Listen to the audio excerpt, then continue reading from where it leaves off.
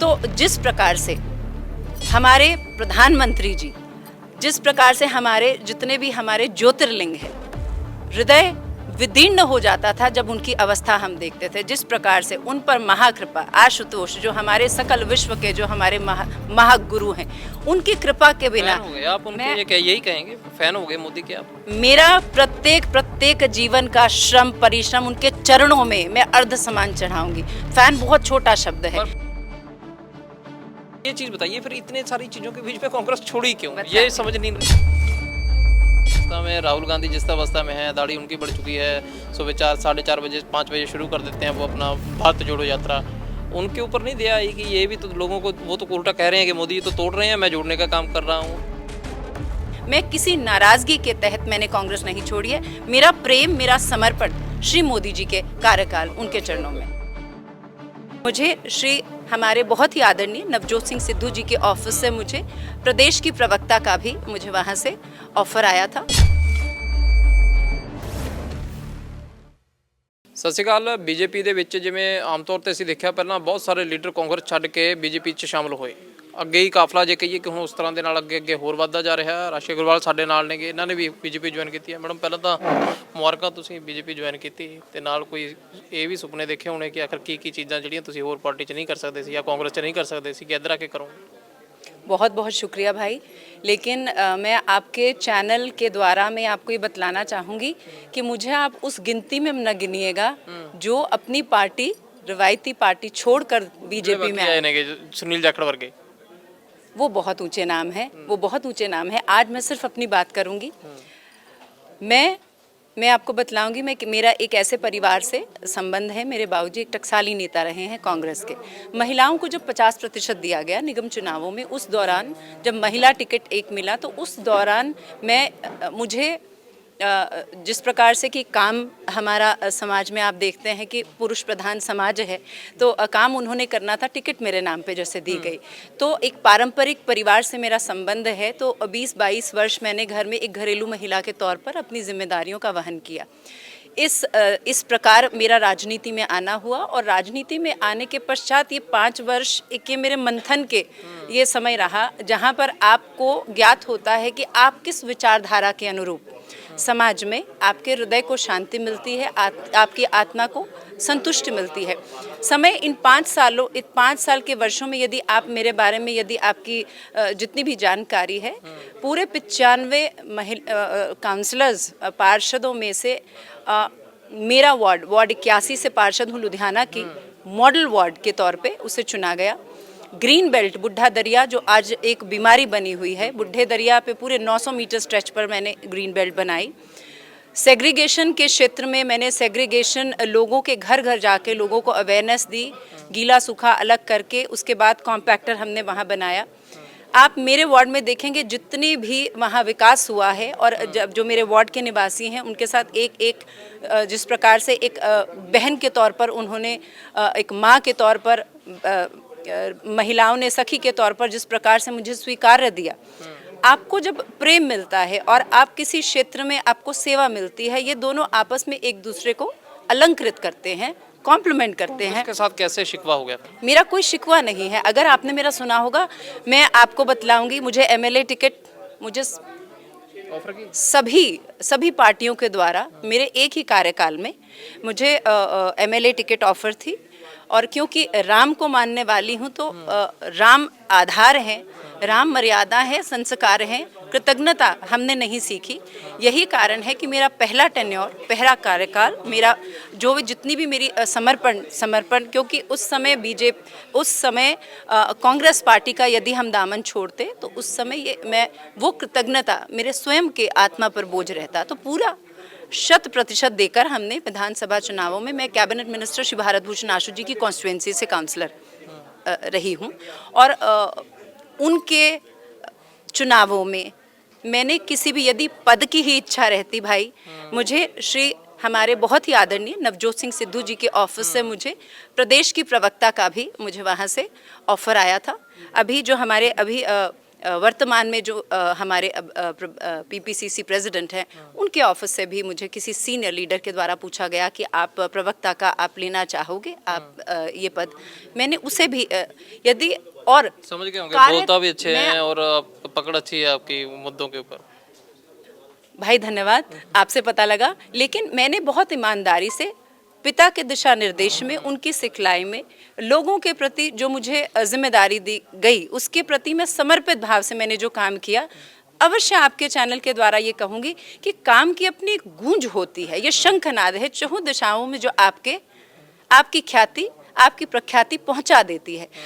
मैं आज सभी को आपके चैनल के द्वारा ये ज़रूर कहूँगी कि पद की लालसा में जब हम पार्टी को छोड़ते हैं तो वो व्यक्ति को न जीवन में स्वयं ही कुछ आपको आत्मिक शांति प्रदान करती है, ना ही आप सेवा एक सच्चे सेवक के रूप में आप जीवन में अपने एक व्यक्तित्व को बना सकते हैं। मैं आपके चैनल के द्वारा ये बतलाती हूँ, मेरे टेन्योर के पहले साल में ही बहुत ही आदरणीय सुनील जाखड़ जी के द्वारा, पीपीसीसी प्रेसिडेंट रहे उस समय, मुझे एक रचनात्मक कांग्रेस यहाँ पर लॉन्च करने वाले थे। पूरे प्रदेश की प्रधानता एक ही वर्ष में मुझे हर प्रकार का जो आजीवन कार्यकर्ता काम करके जिस प्रकार के पदों की लालसा रखता है, मुझे उन सभी पदों की मुझे ऑफर किए गए हैं।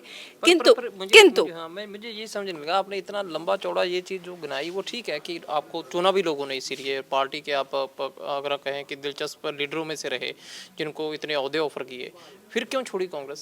फिर आखिर कर देखा जाए क्या काम नहीं हो पा रहा था वहाँ पे, हम वो जानना चाहेंगे, क्योंकि बाकी तो आपके क्षेत्र के लोग जानते होंगे। बाकी एक दो चीज़ें मैं और पूछूंगा, क्योंकि ठीक है मैं जानता हूँ आपके बारे में कितना समझता हूँ, लेकिन लोग ज़्यादा से ज़्यादा कितनी दिलचस्पी रखते हैं, जानते हैं, वो चीज़ें मैं पूछूंगा। लेकिन ये चीज़ बताइए, फिर इतने सारी चीज़ों के बीच में कांग्रेस छोड़ी क्यों, ये समझ नहीं। मैं आपको बतलाती हूँ, मैंने ये सारा आपको जो भी भूमिका आपको दे दी है उसका एक कारण है। मुझे कांग्रेस के हाथ के नीचे कार्यभार सौंपा गया, मैंने 100% दिया। अपने कार्यकाल के भीतर मेरा जो समर्पण है, धीरे धीरे अपने नेतृत्व, हमारे भारत के यशस्वी प्रधानमंत्री श्री नरेंद्र भाई मोदी जी के प्रति मुझे वो मेरे भीतर मैंने उसका अंकुरण देखा। अंकुरण के बाद धीरे धीरे आप दबाते हैं, क्योंकि मैं किसी और पार्टी से काम कर रही थी। मेरा धीरे धीरे जिस प्रकार से मैं एक राजनीतिक व्यक्तित्व के साथ साथ एक धार्मिक, एक बहुत ही धर्म में आस्था रखने वाली, धार्मिक मनोभाव संवेदनशील भक्ता भी हूँ। तो जिस प्रकार से हमारे प्रधानमंत्री जी, जिस प्रकार से हमारे जितने भी हमारे ज्योतिर्लिंग है, हृदय विदीर्ण हो जाता था जब उनकी अवस्था हम देखते थे। जिस प्रकार से उन पर महाकृपा, आशुतोष जो हमारे सकल विश्व के जो हमारे महागुरु हैं, उनकी कृपा के बिना फैन हो गए आप उनके, यही कहेंगे फैन हो गए मोदी के आप? मेरा प्रत्येक जीवन का श्रम परिश्रम उनके चरणों में मैं अर्ध समान चढ़ाऊंगी। फैन बहुत छोटा शब्द है, मैं सेवा के लिए मैं समझ गया। पर उनका बेचारे क्या करेंगे, इतनी अगर कहें कि इतनी अवस्था में राहुल गांधी जिस अवस्था में है, दाढ़ी उनकी बढ़ चुकी है, सुबह 4 साढ़े 4 बजे 5 बजे शुरू कर देते हैं वो अपना भारत जोड़ो यात्रा, उनके ऊपर नहीं दया आई कि ये भी तो लोगों को, वो तो उल्टा कह रहे हैं कि मोदी जी तो तोड़ रहे हैं, मैं जोड़ने का काम कर रहा हूँ, तो फिर राहुल गांधी जी के ऊपर नहीं किसी तरह की दयावंता है? भाई दया नहीं, वे भी मेरे भारत के मेरे भाई हैं, बहुत आदर है, बहुत मान है। अब तो छोड़ दिए। लेकिन तो नहीं, हम सभी सबसे सर्वप्रथम हम भारतीय हैं, लेकिन हम अपनी अपनी विचारधारा को लेकर हम एक पुष्ट राष्ट्र के लिए, पुष्ट राष्ट्र के निर्माण के लिए हम सभी मैं समझती हूँ अपनी अपनी जगह हम लोग वहाँ पर कार्यरत हैं। तो विचारधारा के अनुरूप मैं यही कहूँगी कि मेरी विचारधारा, मेरा समर्पण, वे जो कार्य कर रहे हैं, मेरी बहुत उन्हें शुभकामनाएं हैं। मैं किसी नाराजगी के तहत मैंने कांग्रेस नहीं छोड़ी है। मेरा प्रेम, मेरा समर्पण श्री मोदी जी के कार्यकाल, उनके चरणों में है। अब तो फिर यही कह सकते हैं कि यानी कि जिस तरह से आप नरेंद्र मोदी के जो उनकी बातें अच्छी लगी, कामकाज अच्छा लगा, यानी कि पहले फिर गलत पार्टी चूज हो गई, उसके बाद में पता चला कि मोदी जी तो इतना अच्छा कर रहे हैं, या उनके फैन हुए आप, उसके बाद में आपने पार्टी बीजेपी ज्वाइन की। लेकिन यहाँ पे सबसे बड़ा अगर काम की बात की जाए लोगों के लिए, तो वो क्या सोच करके चले हैं कि ये चीज़ें हमने करनी है और मैं बीजेपी में कर सकती थी, कांग्रेस में नहीं कर सकती थी? क्योंकि एक तो कारण है, पार्टी को आपने छोड़ा, पूरी आपने बोला कि परिवारक पार्टी थी, उसको छोड़ा, तो कोई चीज़ तो आपको खुद को खटकी होगी। जी, मैं आपको आज एक विशिष्ट यहाँ से बात कहना चाहती हूँ। ये भ्रम है व्यक्ति का कि हम धर्म को राजनीति से जोड़ते हैं। वास्तव में आज यहाँ से, इस मंच से मैं आप सभी को एक बात कहलाना चाहती हूँ, राजनीति सफल कब होती है? जब उसके मूल में धर्म हो। राजनीति रावण भी कर रहे थे, पूरे पूरे लंका का विनाश हो गया। राम भी राजनीति कर रहे थे, तो राम ने अपने सनातन की पताका को उच्च धर्म संस्थापनाथाय संभवानि युगे युगे। ये ज़रूरी है कि आप धर्म को मूल में रखते हुए आप राजनीति करेंगे तो लोगों के आप उस नीति का आप वहन करेंगे जो लोगों के हृदय में स्थान पाती है। आप ये चलो सियासत के परे ना मेरी दिलचस्पी ये भी है कि ये धर्म की इतनी बड़ी ज्ञान जो आपके पास में है, ये कहाँ से आपने लिया और क्योंकि मैं आपका जो भी बात अगर पॉलिटिकली भी पूछता हूँ उसमें भी आप बड़े जोर शोर से उसको मिक्स करके अच्छे से सुना देते हैं। गुरु कृपा कहूँगी, गुरु कृपा।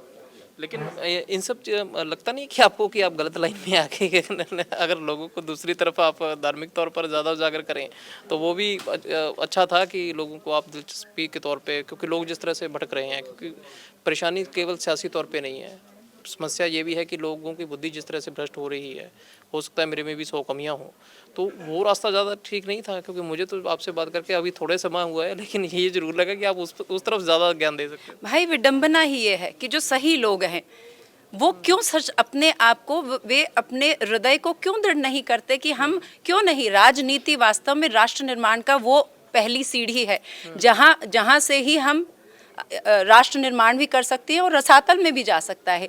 तो ज़रूर कहूँगी धर्म संकीर्ण न हो, इसके मार्ग खुले हैं, ये उदार हैं, ये हमारी धरती की ये मर्यादा है, संस्कृति है, यहाँ का सौंदर्य है। इसको हृदय में लेकर मैं समझती हूँ कि माँ जगदम्बा है, ये पद हैं, ये ओहदे हैं, ये मैं समझती हूँ कि ये अस्त्र शस्त्र हैं जिनको लेकर आज समाज के जितने भी महिषासुर हैं उनका आज विध्वंस करने के लिए आगे आना होगा। और ये क्योंकि द्रौपदी मुर्मू का ये समय है तो अवश्य कहूँगी ये महिला उत्थान के क्षेत्र में ये समय, ये विशेष, ये मंच आज एक नए नव जागरण, नए उदय का आज मैं यहाँ से एक समय देखती हूँ। बहुत बहुत धन्यवाद। ਬਿਲਕੁਲ ਜੇ ਕਹੀਏ ਕਿ ਜਿਸ ਤਰ੍ਹਾਂ ਦੇ ਨਾਲ ਜੇ ਆਮ ਤੌਰ ਤੇ ਅਸੀਂ ਸਿਆਸੀ ਲੋਕਾਂ ਨੂੰ ਮਿਲਦੇ ਹਾਂ, ਇੰਟਰਵਿਊਜ਼ ਕਰਦੇ ਹਾਂ, ਤੇ ਜਿਵੇਂ ਇਹ ਪਾਰਟੀ ਦੇ ਵਿੱਚ ਸ਼ਾਮਲ ਹੋਏ ਨੇ, ਹਾਲਾਂਕਿ ਦੇਖਿਆ ਜਾਵੇ ਸਾਰੇ ਵਧਾਈ ਦੇਣ ਵਾਲੇ ਪਹੁੰਚੇ ਹੋਏ ਨੇ, ਪਰ ਉਹਦੇ ਨਾਲ ਸਭ ਤੋਂ ਵੱਡੀ ਗੱਲ ਇਹ ਵੀ ਹੈ ਕਿ ਆਖਰਕਾਰ ਜਿਸ ਤਰ੍ਹਾਂ ਦੇ ਨਾਲ ਇਹਨਾਂ ਨੇ ਧਾਰਮਿਕ ਤੌਰ ਤੇ ਵੀ ਉਹ ਚੀਜ਼ਾਂ ਨੂੰ ਰੱਖਿਆ ਅੱਗੇ, ਤੇ ਨਾਲ ਇਹ ਵੀ ਕਿਹਾ ਵੀ ਸਿਆਸਤ ਲੋਕਾਂ ਦੇ ਲਈ ਜ਼ਰੂਰੀ ਆ, ਕਿਉਂਕਿ ਲੋਕਾਂ ਦੇ ਕੰਮਕਾਜ ਜਦੋਂ ਤੁਸੀਂ ਕਰ ਰਹੇ ਨੇ। ਕਾਂਗਰਸ ਨਾਲ ਕਹਿੰਦੇ ਸ਼ਿਕਵਾ ਕੋਈ ਨਹੀਂ, ਪਰ ਬੀਜੇਪੀ ਦੇ ਵਿੱਚ ਮੋਦੀ ਜੋ ਕੰਮ ਕਰ ਰਹੇ ਨੇ ਉਹ ਚੰਗਾ ਹੈ, ਇਸ ਲਈ ਮੈਨੂੰ ਆਖਰਕਾਰ ਬੀਜੇਪੀ ਆਉਣ ਦਾ ਜਾਂ ਲਾ ਲਓ ਮੌਕਾ ਮਿਲਿਆ ਜਾਂ ਉਹਨਾਂ ਦੀ ਦਿਲਚਸਪੀ ਸੀ। ਪਰ ਨਾਲੇ ਗੱਲ ਕਹਿ ਸਕਦੇ ਹਾਂ ਕਿ ਜਿਸ ਤਰ੍ਹਾਂ ਦੇ ਨਾਲ ਇਹਨਾਂ ਨੇ ਸ਼ੁਰੂਆਤ ਕਰੀ ਹੈ, ਭਵਿੱਖ ਦੇਖਣਾ ਹੋਊਗਾ ਕਿ ਕਿਵੇਂ ਜਿਵੇਂ ਜਾਂਦਾ, ਕਿਉਂਕਿ ਇਹ ਕਹਿੰਦੇ ਕਿ ਆਫਰ ਹੀ ਹਰ ਪਾਸਿਓਂ ਸੀਗੇ ਕਾਂਗਰਸ ਦੇ, ਪਰ ਨਾਲ ਇਹਨਾਂ ਵੀ ਜ਼ਰੂਰ ਹੈ ਕਿ ਨਰਿੰਦਰ ਮੋਦੀ ਦੀ ਫੈਨ ਫੋਲੋਵਿੰਗ ਰਾਹੁਲ ਗਾਂਧੀ ਦੇ ਅੱਗੇ ਕਿਸ ਤਰ੍ਹਾਂ ਦੀ ਹੈ, ਉਹ ਚੀਜ਼ ਜ਼ਰੂਰ ਕਿਤੇ ਨਾ ਕਿਤੇ ਤੋਂ ਸਪਸ਼ਟ ਹੁੰਦੀ ਹੈ। ਵੀਡੀਓ ਜਰਨਲਿਸਟ ਅਮਨ ਦੇ ਨਾਲ ਸੁਮਿਤ ਸਿੰਘ, ਰੋਜ਼ਾਨਾ ਸਪੋਕਸਮੈਨ ਟੀਵੀ, ਚੰਡੀਗੜ੍ਹ।